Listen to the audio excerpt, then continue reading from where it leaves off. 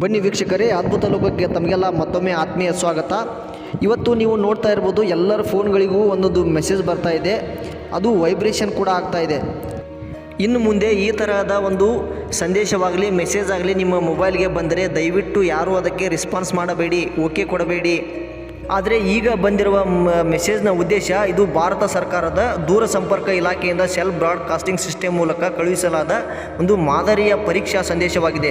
ನಿಮ್ಮ ಕಡೆಯಿಂದ ಈ ತರಹದ ಮೆಸೇಜ್ಗಳಿಗೆ ರೆಸ್ಪಾನ್ಸ್ ಮಾಡುವ ಅವಶ್ಯಕತೆ ಇಲ್ಲ.